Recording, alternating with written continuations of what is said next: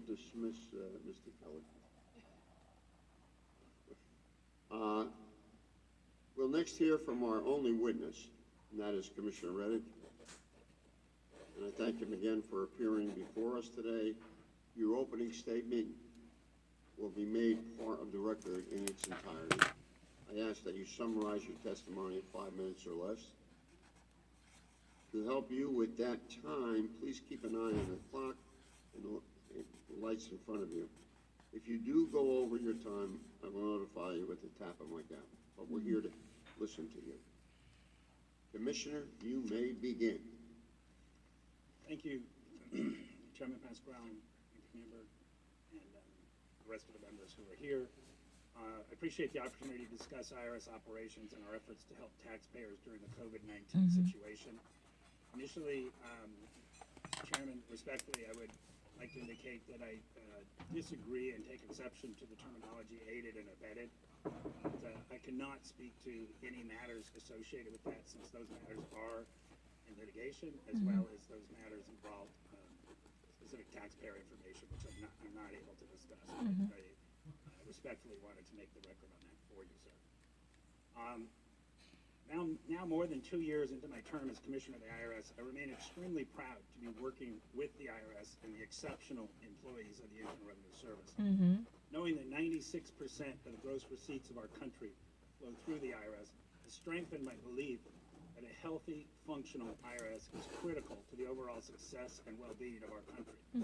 The importance of the IRS to every American has become especially apparent since the spring, as our nation has faced unprecedented challenges. The IRS has been at the forefront of successfully providing rapid economic relief to taxpayers during COVID-19.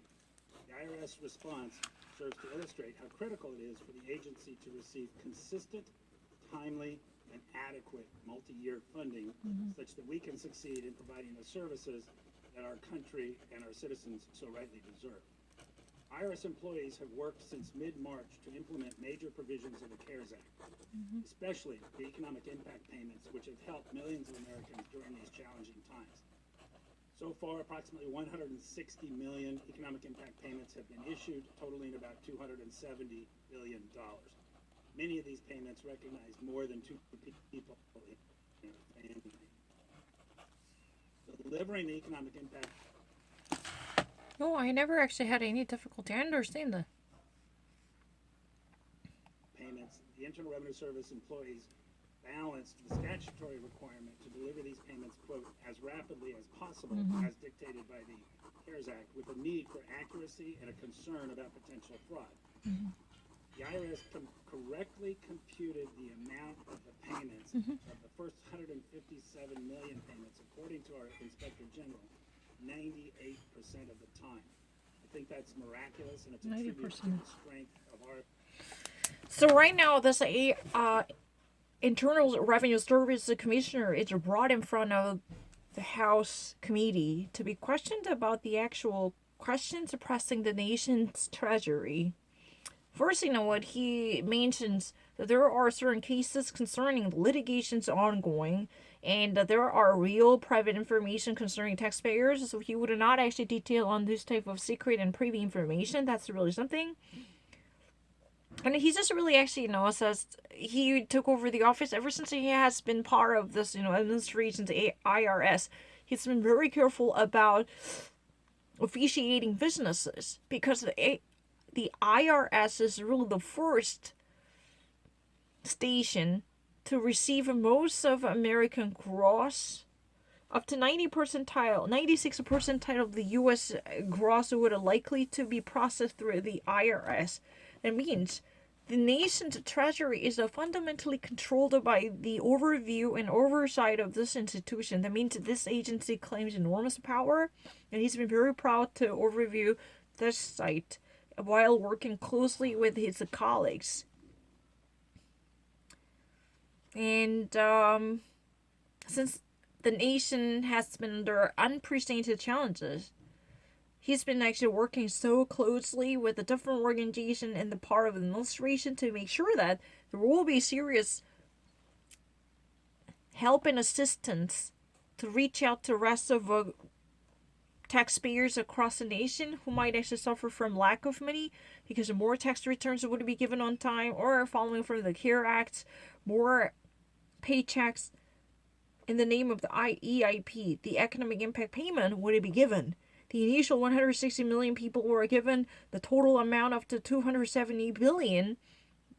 At the very first initial trial, 157 million people, million payment issues were given.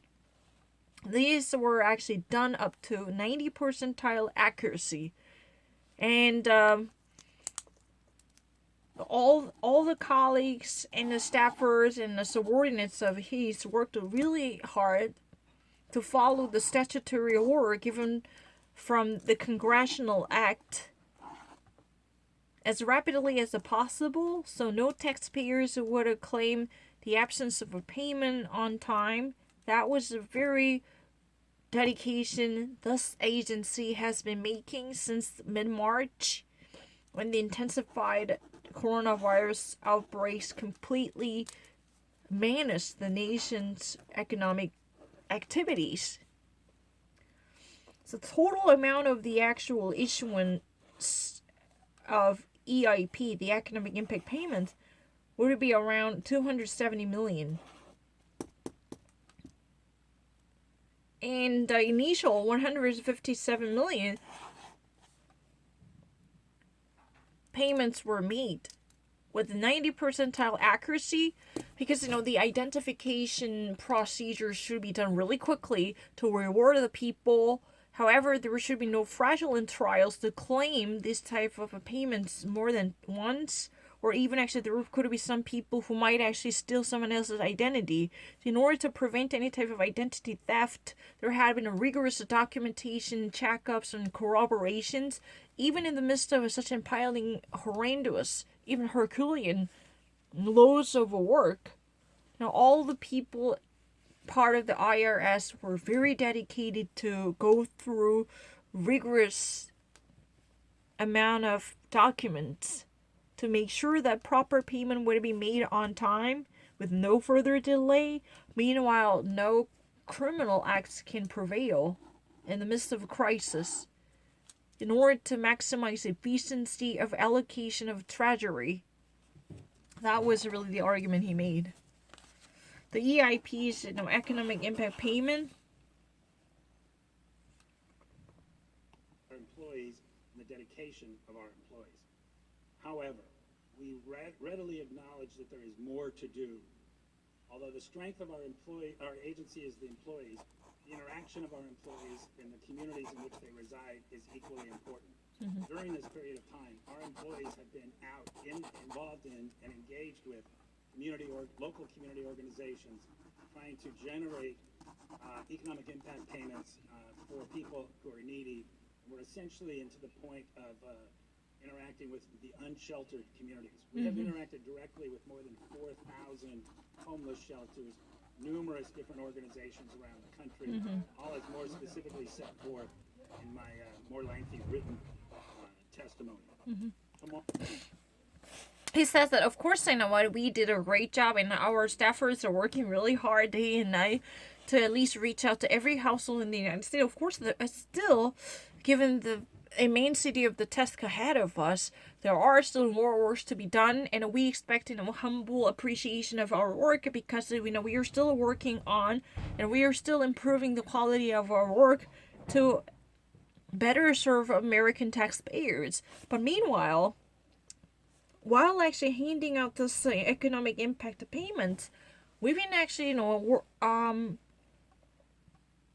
communicating with local based or community based centers, which might actually better recognize the place where helps are being needed.